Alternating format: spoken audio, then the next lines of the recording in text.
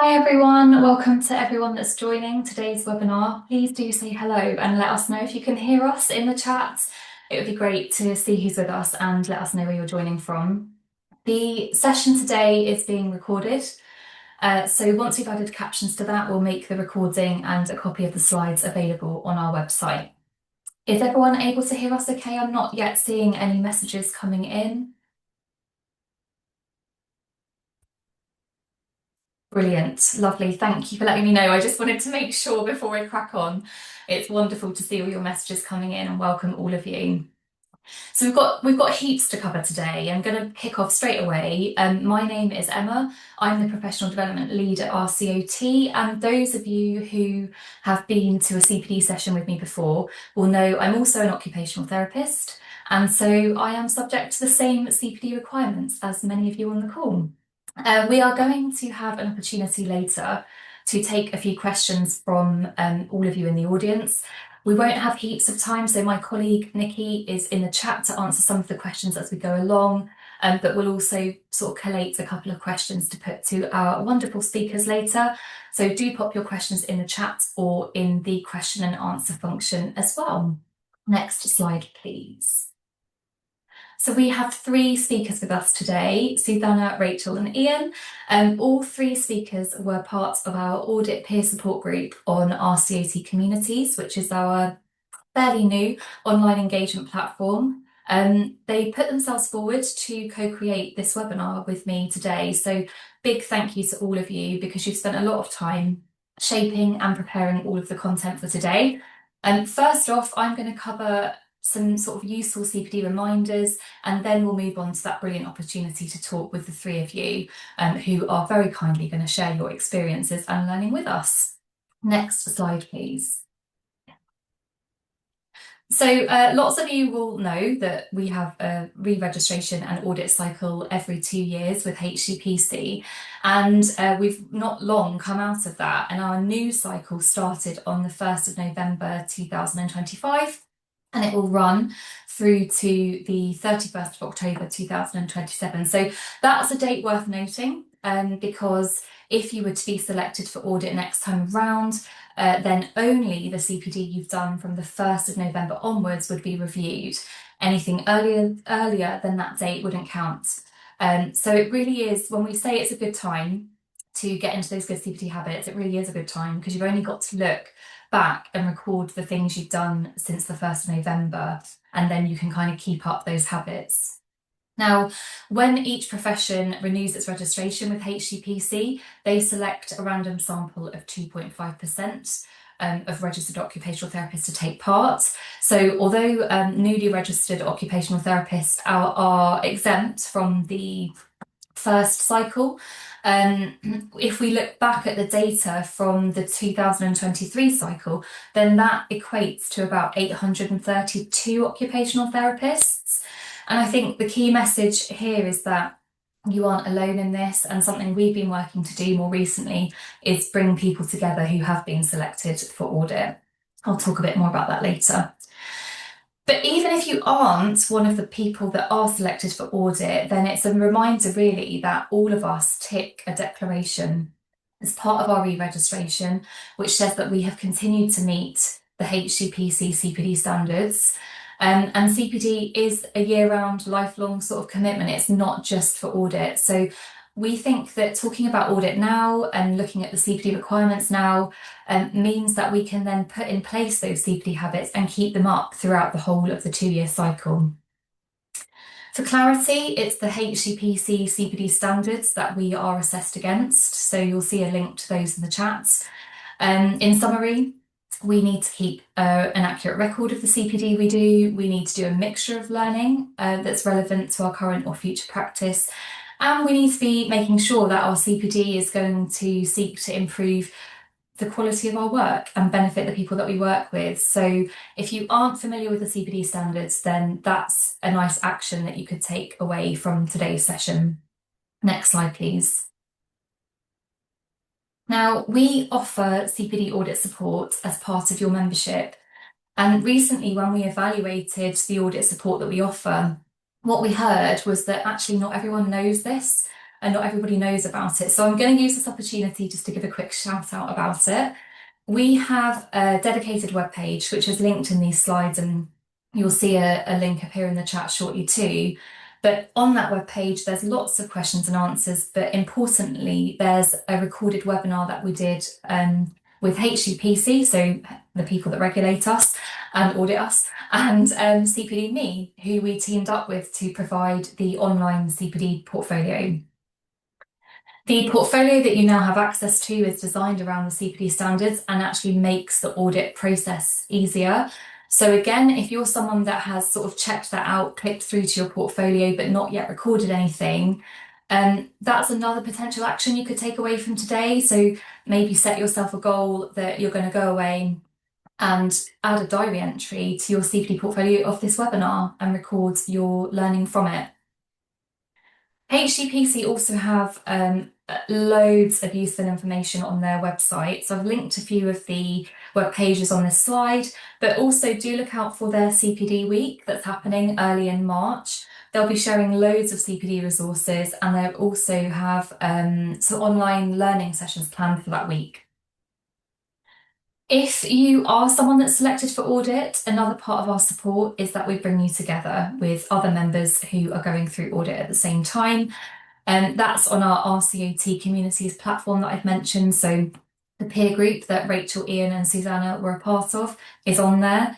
And there are lots of networks around practice areas, the region that you either work or live in, but also professional networks to check out on there. So do have a look if you haven't already. Next slide, please. So one sort of last reminder before we get to the good part, and that is just that CPD will look different for each of us. We will have access to different learning opportunities. We will have different preferences around how we learn. We'd be looking for different learning opportunities depending on our knowledge, our skills, what we're looking to develop, the area of practice that we work within, the career stage that we're at, all of these different things impact the CPD activities that we plan and that we do. But really the message here is that it's important to recognise what counts. If we know what counts, then we're actually able to recognise the CPD we're doing already as part of our everyday. And it's the first stage to feeling really confident with CPD, because once we recognise everything, we can then easily go on to record and reflect it, finding a method that works for us. I've popped the definition that HCPC provide on screen. I'm not going to read it out, but it's there for your reference. And they sort of categorise CPD by 4 categories. So work-based learning, professional activities, formal education, and self-directed learning. They've got lots of information on their website with examples of what would fall under each of those categories. So another thing to take a look at if you haven't seen it yet. Right, next slide, please. Very, very soon you're going to be hearing from Susanna, Rachel and Ian. But I'm just going to bring Ian in at this point to tell us a bit more about what this poll is all about. So Ian, over to you. Yes, thanks, Emma. So it's just a very simple quiz on a scale of 1 to 5. How excited would you be about the notion of being called to have your portfolio audited in August 27 on a scale of 1 to 5, where 1 is no thank you, not on your Nelly, and yes, pick me as number 5. That's brilliant, thanks Ian. Hopefully everyone can see that coming up. And Ian, do you want to share a little bit about the reason behind this poll, sort of what we're Yeah, I basing think our learning outcome on for today?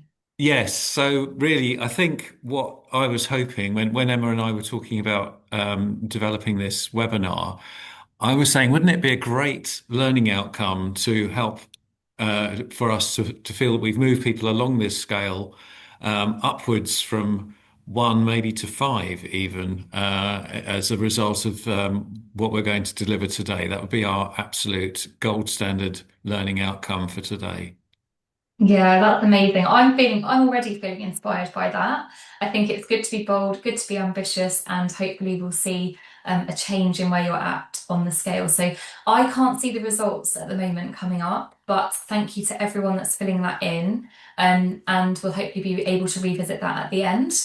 Thanks, Ian. I'm going to now bring in Susanna to talk to us about your audit story.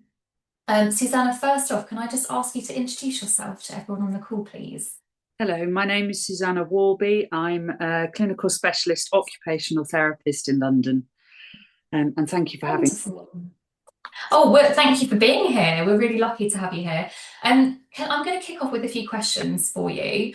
The first thing I'd really like to know is what you wish you'd done or known to get yourself prepared for the CPD audit.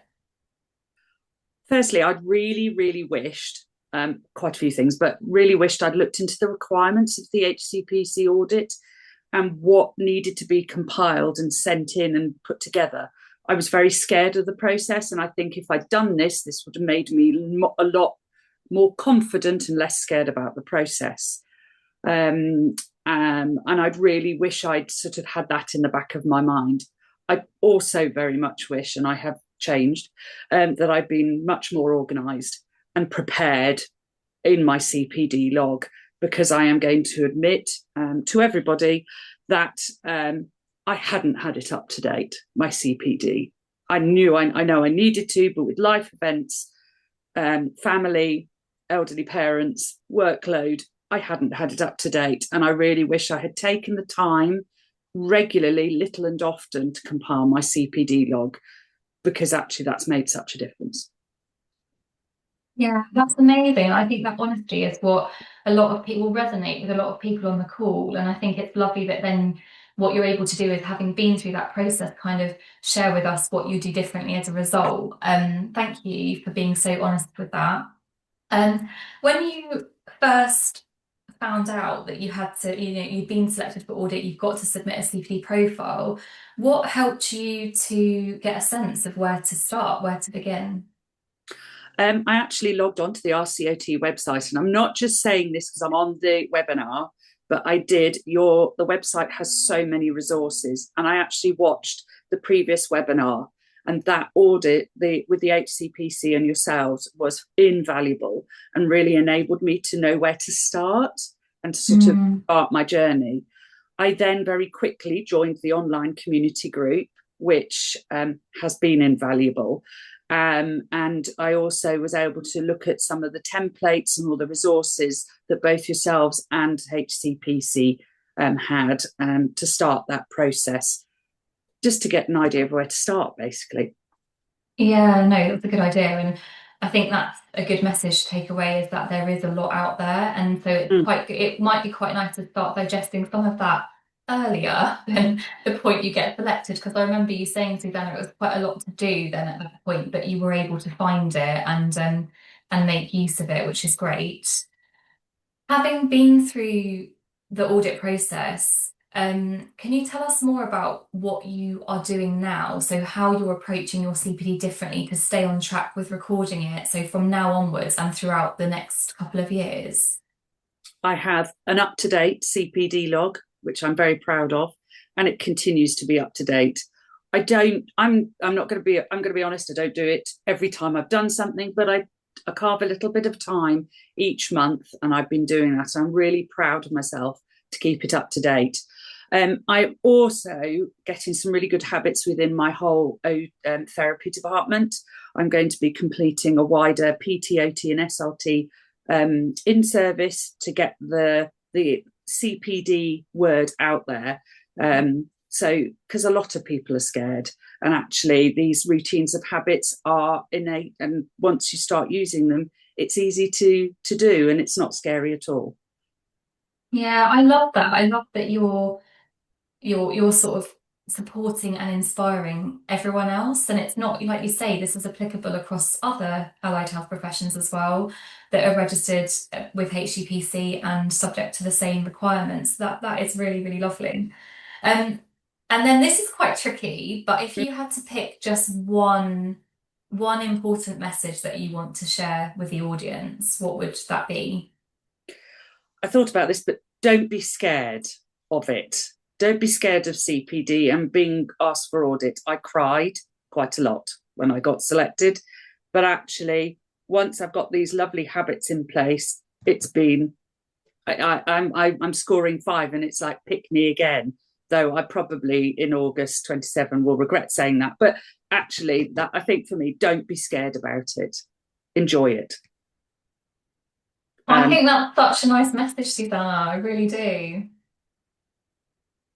So thank you. Yeah, I think that's great. I think, yeah, really, really, really reassuring that you're able to use the support. And I just, yeah, love the honesty that you brought to share with the audience. That's amazing.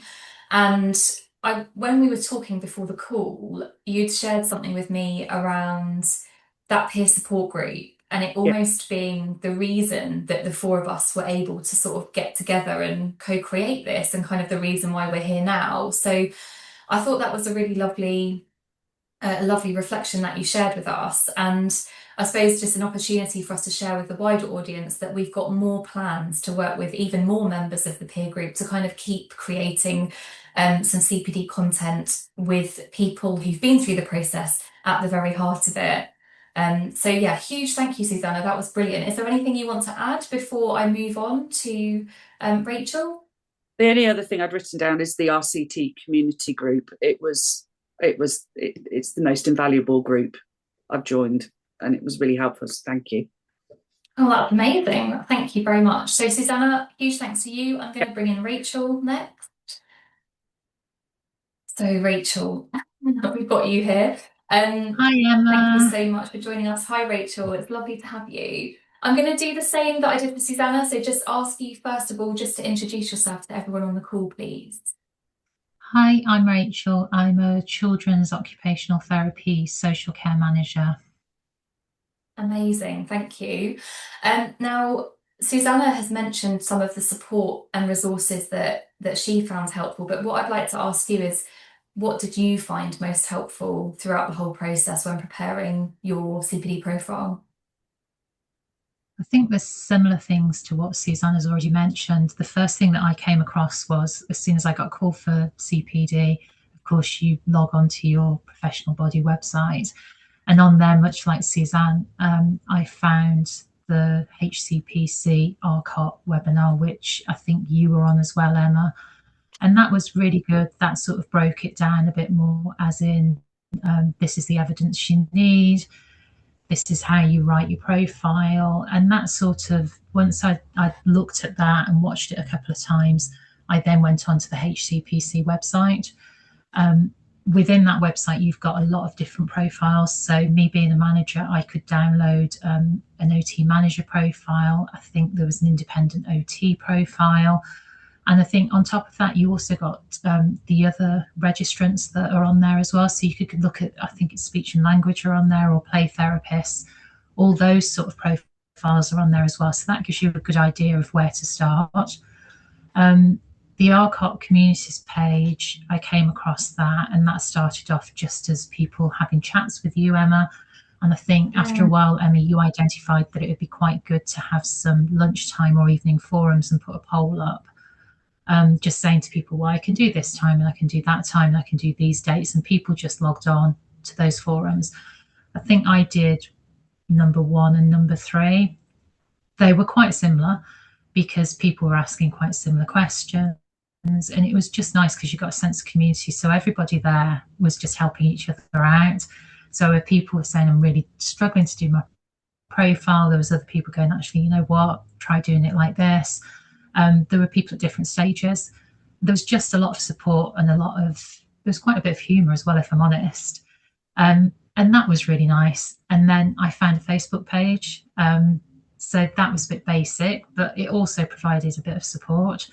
And then also the other thing that you can do is you can speak to peers who've already submitted, but just a word of warning, if you do that, I think that in the past it's been harder than it is now. So you've had to send a lot more evidence, or you've had to talk about a lot more activities and things. So I think sometimes talking to peers that have already done it, I mean, back in the day, you used to have to do it all through the post. So if you're talking to someone like that, that's really going to scare you. So I think if you go for the most up-to-date things like the communities page and the HCP website, that's always really good. Yeah, a really, really nice summary. And actually, I think I like the fact that you found those audit drop-ins really supportive, you know, because I think that's it. We wanted to create a safe space, and that's what everybody brought such amazing questions to it.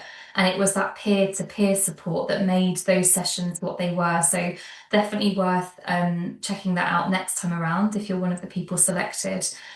So Rachel, when it came to getting started with writing your profile, gathering the evidence, like how did you approach that? I think I just took a normal AT approach and graded it, broke it down into small parts. So I think if you break it down into small parts, I started with my profile because I thought that was the easiest thing to do. So when you're writing your profile, that's basically just telling someone what you do day to day. So they've got an essence of who you are, what your responsibilities are, what you should be doing day to day. I think you just need to write it simply and clearly. It doesn't need to be academic. It doesn't need to be referenced, which was a massive relief for me because it's been a long time since I've been at university.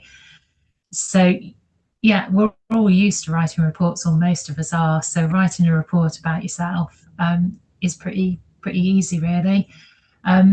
It may not be assessed by an occupational therapist. So when it goes to HCPC, a lot of the other professions that are also audited, they have their representatives there. So it's not always going to be assessed by an occupational therapist, which is why I think it's really good to write it simply.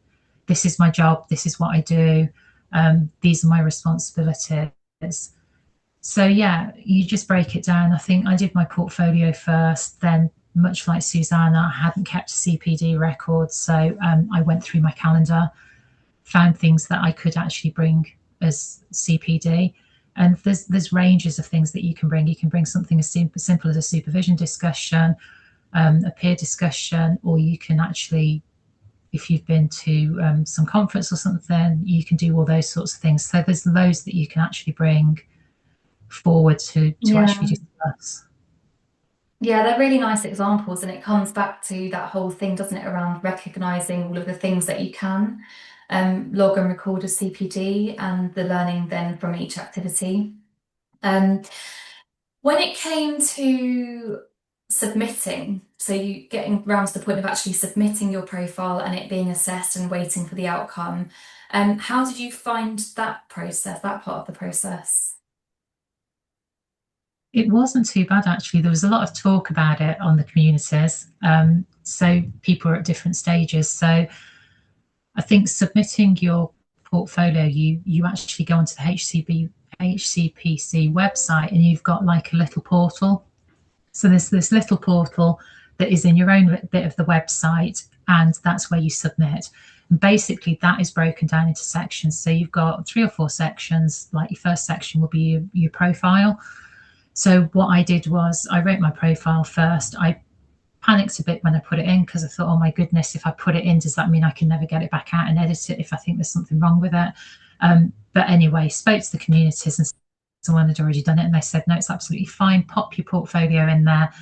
If you find then you want to bring it back out again and edit it, you can do that. Nothing actually gets submitted until you press the submit button. So that's quite reassuring.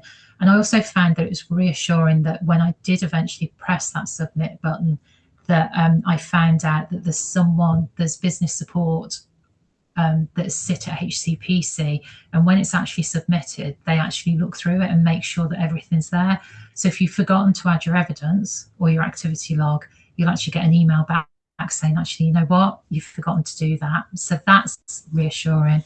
And the other bit that I found reassuring was that once it goes to the assessor, that if there is something missing, such as you've written about an activity, but you haven't actually explained what you've learnt from it, then you'll get your whole portfolio back, and they will send you an email just saying you've missed this bit of the standard on this section, and then they will give you a slight extension for that as well. I think it's a couple of week extension. So they'll give you a couple of week extension, and essentially all you have to do is just put in that little bit of information. So you just edit it, put in that little bit of information, press the button, send it back, and it's all done and dusted. Yeah, I think that's really nice because it's that two-way process, which was a really clear message when we did that webinar with HCPC. They wanted everyone to know that it's not just to submit and that's your only chance, that there's a two-way process there, Rachel. So I'm glad that you found that reassuring and have been able to share that with everybody. Last question for you at this point is that for anybody on this call that finds themselves, getting selected for audit next time around. So if we fast forward to, it will be August 2027 when people start to find out. What would your top tip or tips be for those people? I think really my top tip is to start doing your CPD portfolio now. You've only got 3 months to catch up on, so you've only got essentially 3 entries to do. So I do know that RCOT have the CPD portfolio that you can use. I didn't actually use that. What I did was, because I hadn't been keeping a portfolio, although I knew that I'd been doing lots of good stuff, and much like Susanna, I hadn't got the time to do it. So what I did was I just opened a Word document, and it's got 4 titles. It's got the month, the year in one column. It's got what the actual activity is, such as a meeting with physios talking about seating. And then it's got what type of learning that is. And then what I do is I would just copy and paste or pull in the minutes of that meeting. So I've got 3 entries in so far. You could put a couple of entries in for each month, but it's up to you what you want to do. I tend to just keep it of things that I think, yeah, they're really quite good because I've learned something from that. It's actually going to change the service, or it's going to make a difference to staff, or it's going to make a difference to the young people that we work with. And you just need to make sure that you've got a mix of activities in there. So you don't want all mandatory training in there, because they're asking for 4 different types of learning, really. And they're quite easy to achieve. You can do the educational learning, you can do professional learning, you can do work-based learning. There's a different mix of learnings that you can actually put in there. So I think my top tip is to start your portfolio now. I put a calendar reminder in 15 minutes on the 26th of each month. And it's a 15-minute calendar reminder. I go back through my calendar of that month and I think, yeah, okay, then that's a really good thing to put in. And it takes me 10 minutes to do. And I just drop a bit of evidence in there as well, whether it be an email, part of the discussion for my supervision, a bit of my appraisal, whatever it is. Yeah, that's fantastic. Thank you, Rachel. Some really good tips in there. That's amazing. Wonderful. Well, thank you, Rachel. We'll come back to you all in a minute when we go to our Q&A, but I'm going to bring in Ian next. So yeah, huge thanks, Rachel. And Ian, like I have done with Susanna and Rachel, please can you introduce yourself? Yeah, thanks, Emma. Sorry, I should have introduced myself earlier. I'm Ian Merrick. I'm the professional lead OT and head of vocational services across the community in West London NHS Trust. Wonderful. Thanks, Ian. So I've got a few questions to ask you, and I would like us to go back to the early August 2025.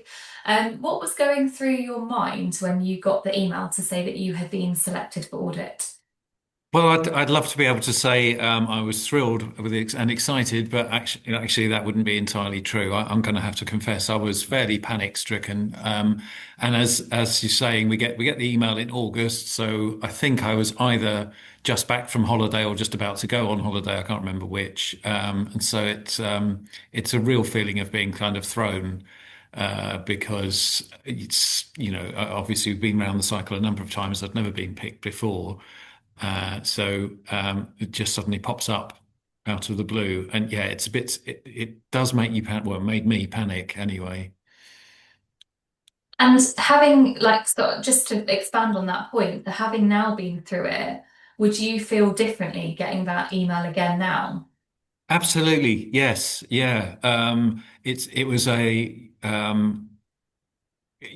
I mean, people are questioning this in the chat. How long have we got to produce the completed portfolio for HCPC? You've got until the end of October, so it's the best part of 3 months, which is a very long time, really. They're not asking for a colossal amount of of stuff. So hopefully, if you've got even, a fairly rough record of your CPD, then it's a question of working it up into the format that's required and submitting it via the portal by the end of Yeah. October.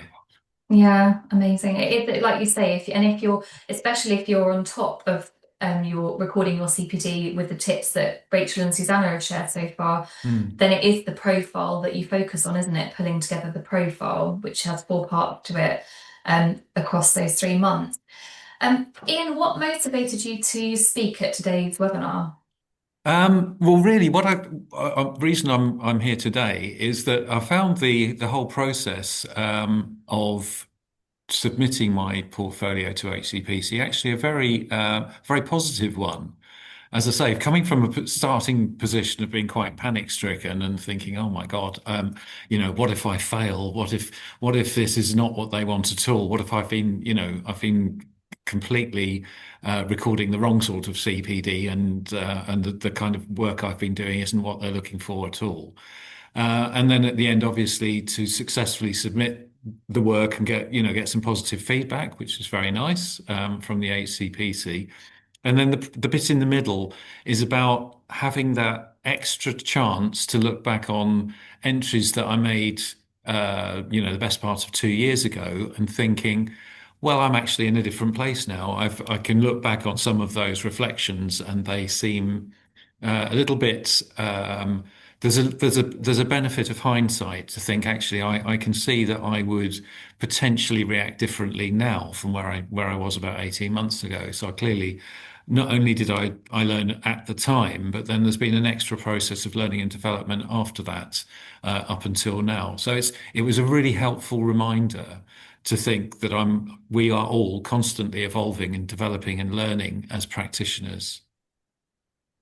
Yeah, I think that's really nice. I think like what you're pulling out there is that almost how rewarding it can feel sometimes to look back over that development, especially over a period of time.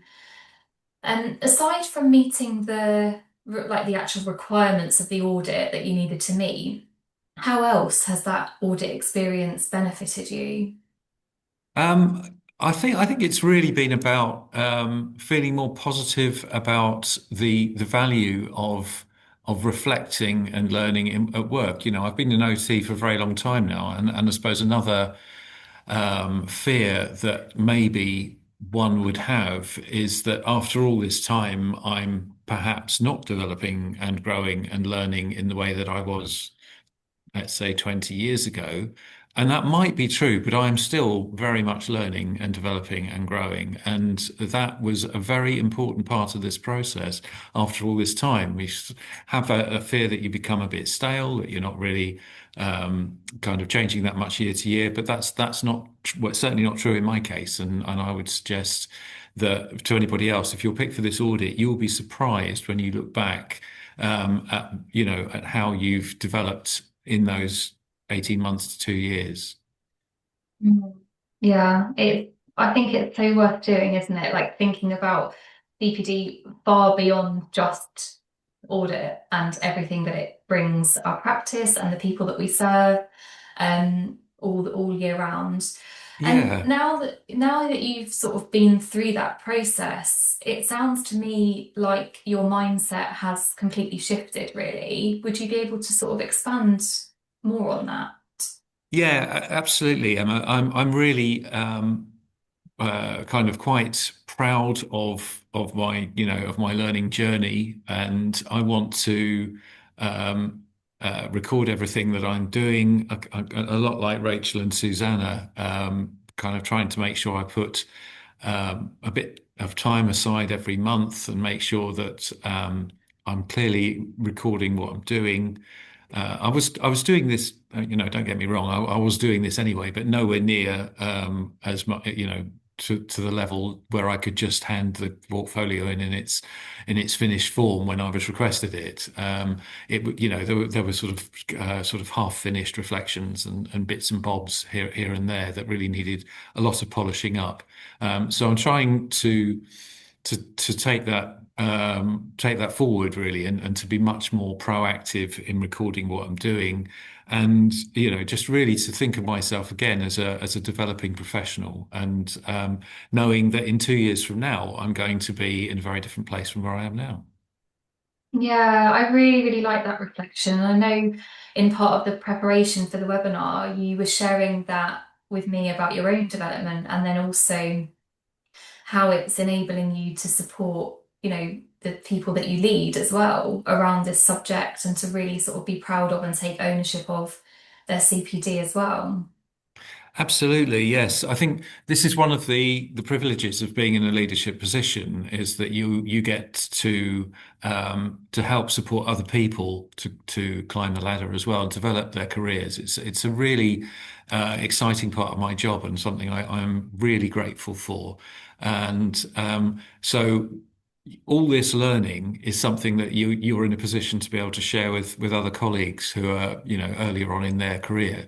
And it's if you can help them in any way at all, then obviously that's great for them, but it's also great for the organisation and for the people who use the service. So yeah, this is a really important part of the CPD process.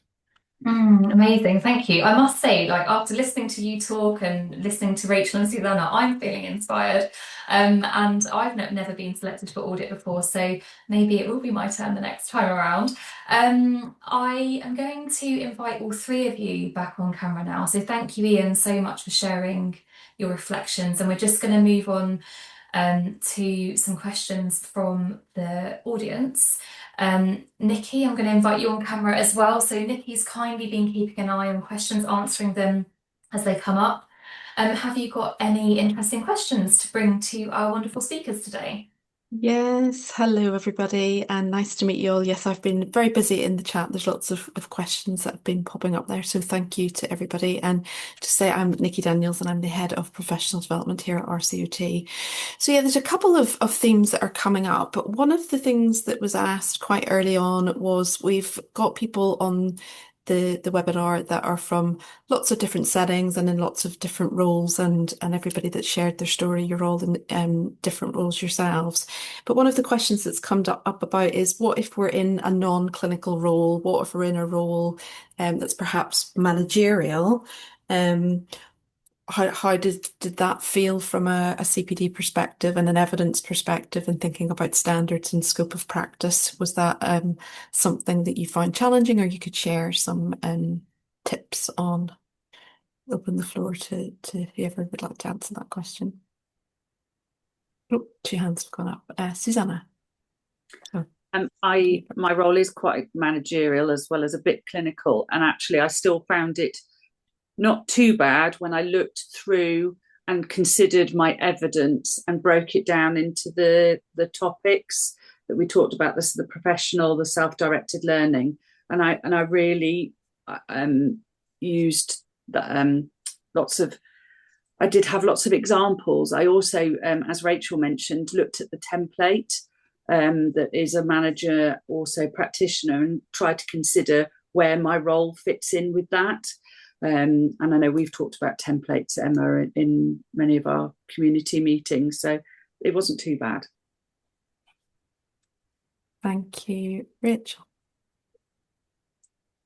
I'm a manager, so I think I was a bit skewed at the start to think, because I'd just come from being clinical, so I'd been 6 months being clinical beforehand, and then I'd come into a managerial role in a different organisation. So that did skew me to start with, but I think once I'd seen the HCPC webinar and spoken to Emma a little bit more in depth, I think the focus then goes on what are you learning, which is the main thing. What are you learning, and how is it actually impacting on your service users? And I think your staff can also be your service users. So it's implementing things that has an impact or a positive impact on your staff. So one of the things that I did quite early in post was rewrite the criteria, which had a better impact on staff, and also a better impact on the families that we serve, because it's clearer then on what we actually do as a service for the staff, and it's clearer for the families what we actually offer as a service.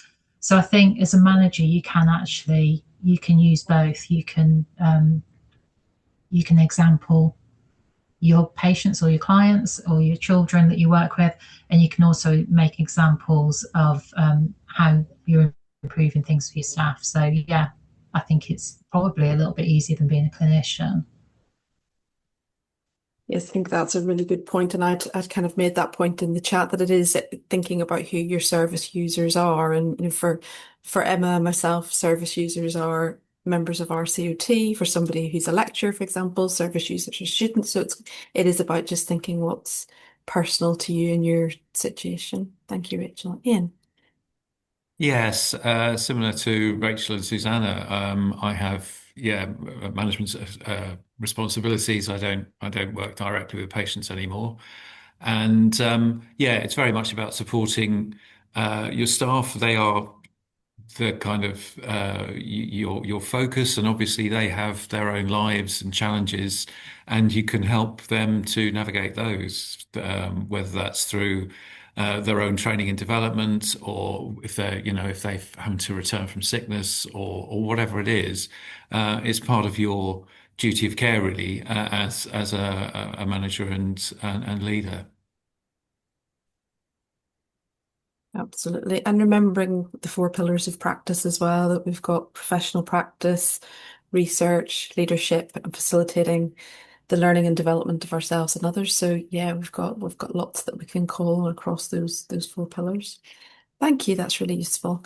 We've got some questions that have been coming up quite regularly. There's a little bit of a theme around evidence, and I think all 3 of you talked about this a little bit, but just to kind of revisit the type of evidence that you uploaded and how frequently that you were kind of recording that evidence, or what you felt that you had to provide in terms of that frequency. So just a little bit of clarity around that, maybe from some examples that you could share.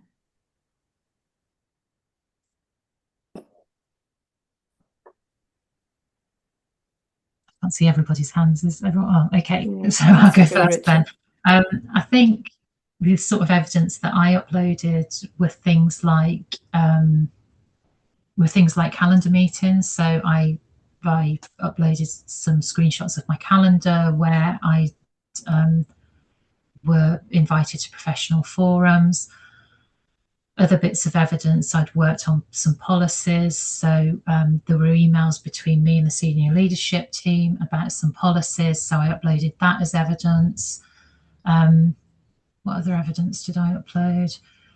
There was some sections that I'd actually took out of my own supervision records where I discussed things, where I was planning to do things, and I'd noticed that there was an issue with something where I was planning to do something, and then the supervision afterwards that said that yes, I'd achieved doing that, and we'd worked out a different outcome, which was a better way of working around something. So there's loads of different evidence that you can actually upload. You can upload minutes to meetings, emails, all that sort of stuff.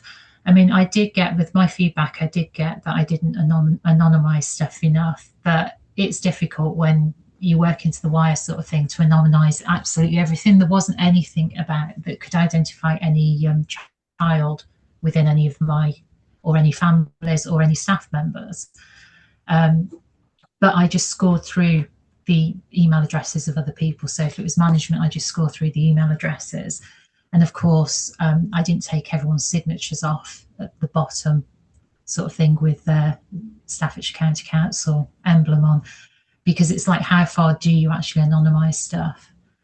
So that was a thing that I found a little bit difficult. But as for evidence, I think it's quite easy to provide the evidence that you need. Screenshots, yeah, there's lots of different ways to do it.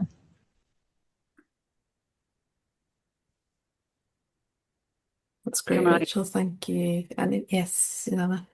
I also I included things like my appraisal to show what I'd been doing, but also I'd done some reflections on complex management situations, but also of my process of my learning and my development. So those were things I uploaded as well. So it is a wide variety of evidence you can upload, really, but within those examples that I did in my personal statement. Thank you, Susanna. Ian? Yeah, thanks, Susanna and Rachel. You've given me some ideas because I tend to focus mainly on certificates and reflections.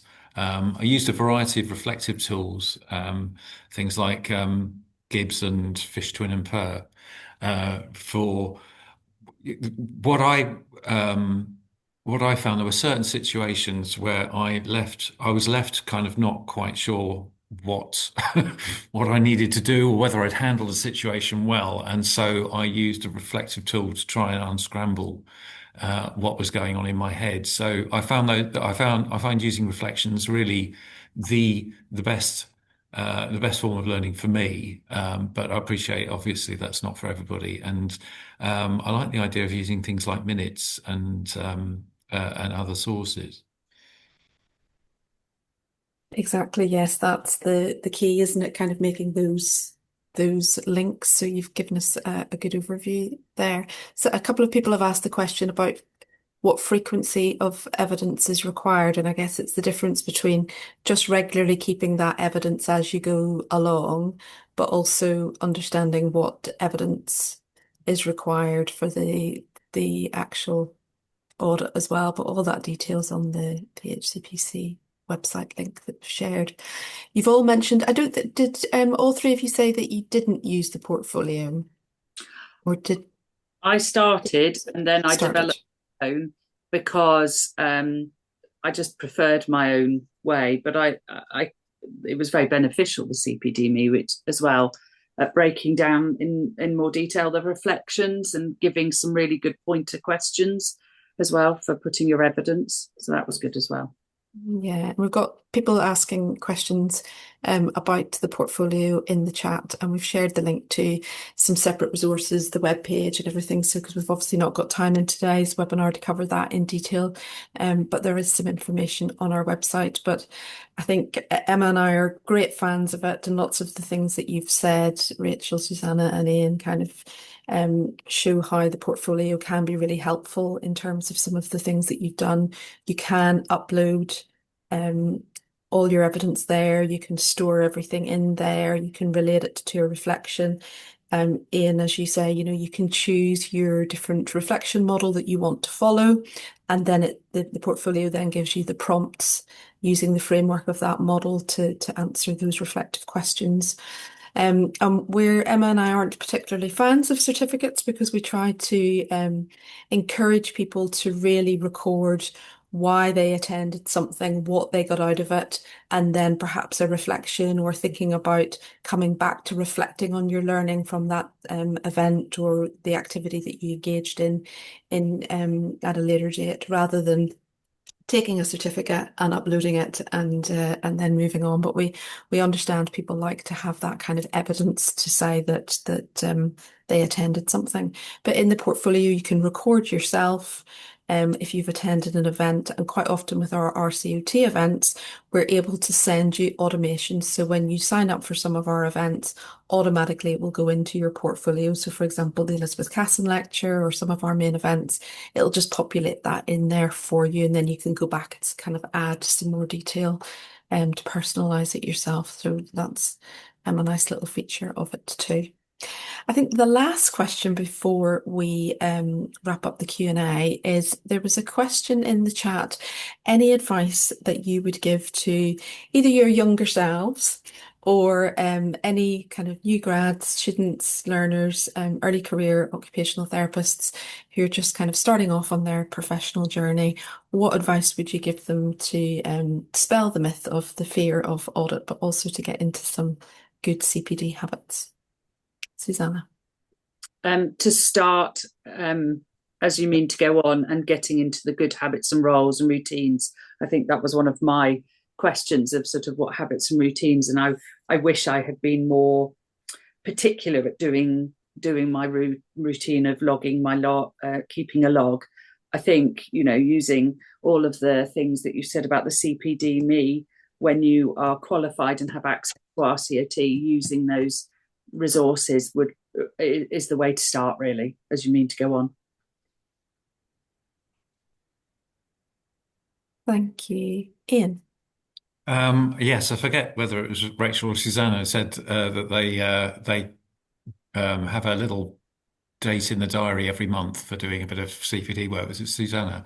I think it's both. Um, It's both. yeah, yeah. I don't actually do that, and I think I will, and I would recommend that to everybody else. Yeah, make sure you've got a day, a half day, or a few hours in the month where you're doing your CPD, and because at the end of the day, and I haven't really kind of touched on this. This actually is your chance to shine.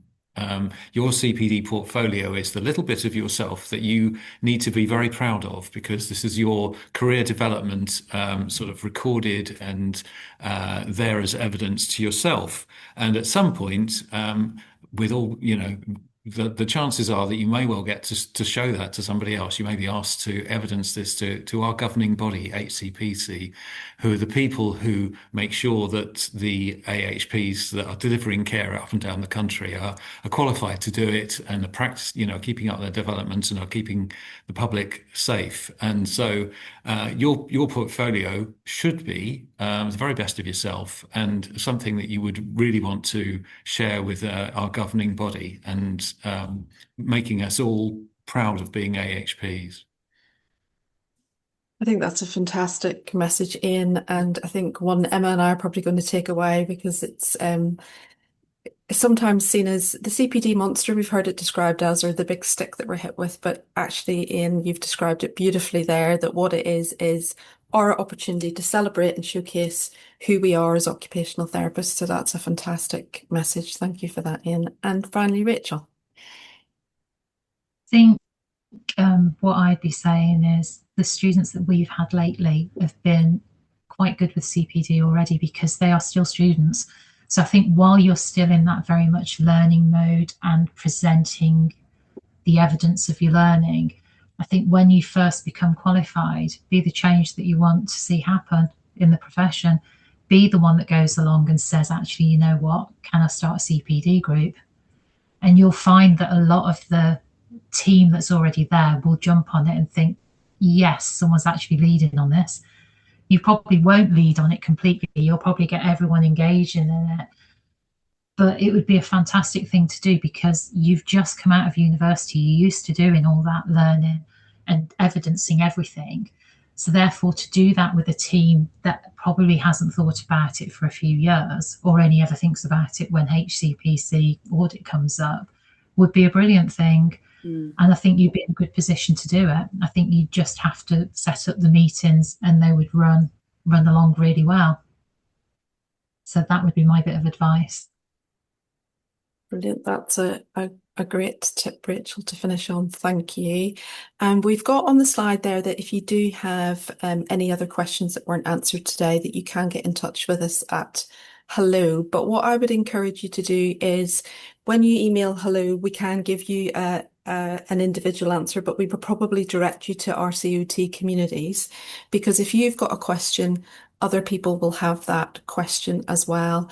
And it's fantastic if other people can see the answer to that question and it just doesn't become a one-way dialogue with us, but it can become a discussion within a group. But if it's a question that you'd like us to pose confidentially, we can do that on your behalf if you email hello RCOT. So that would be my final tip and message, is to get yourself onto RCOT communities, join the professional development network on there. So if you've got any more questions from today, you can ask Ian, Rachel and Susanna, and Emma and I are on there regularly too. And it's a great way to kind of keep in touch and just keep your confidence building following on from today. So I'm going to hand back to Emma and thank you for all your questions. Amazing, thank you everyone. So you've heard loads of tips, so many useful bits of information from our speakers today, and we just pulled together a bit of a list really around some practical steps that you can take. So I don't have time to go through each and every one of these individually, but it is worth just having a little read of these and thinking about what things do I want to go and do. But the key message really is get started and keep it simple. You know you've only got to focus from the 1st of November last year to now to begin with, and getting to know what is required in a CPD audit. So what does that CPD profile look like? It removes the unknown and any mystery surrounding it. So actually we can know what to expect, and it kind of squashes any sort of fear or worry around what it will look like when it comes our way. Finding things like a CPD buddy can help to add a social element and help you to feel motivated, but also it's a way of holding each other to account. You've already heard loads of tips around tech, so like setting calendar reminders and things like that, but finding things that work for you.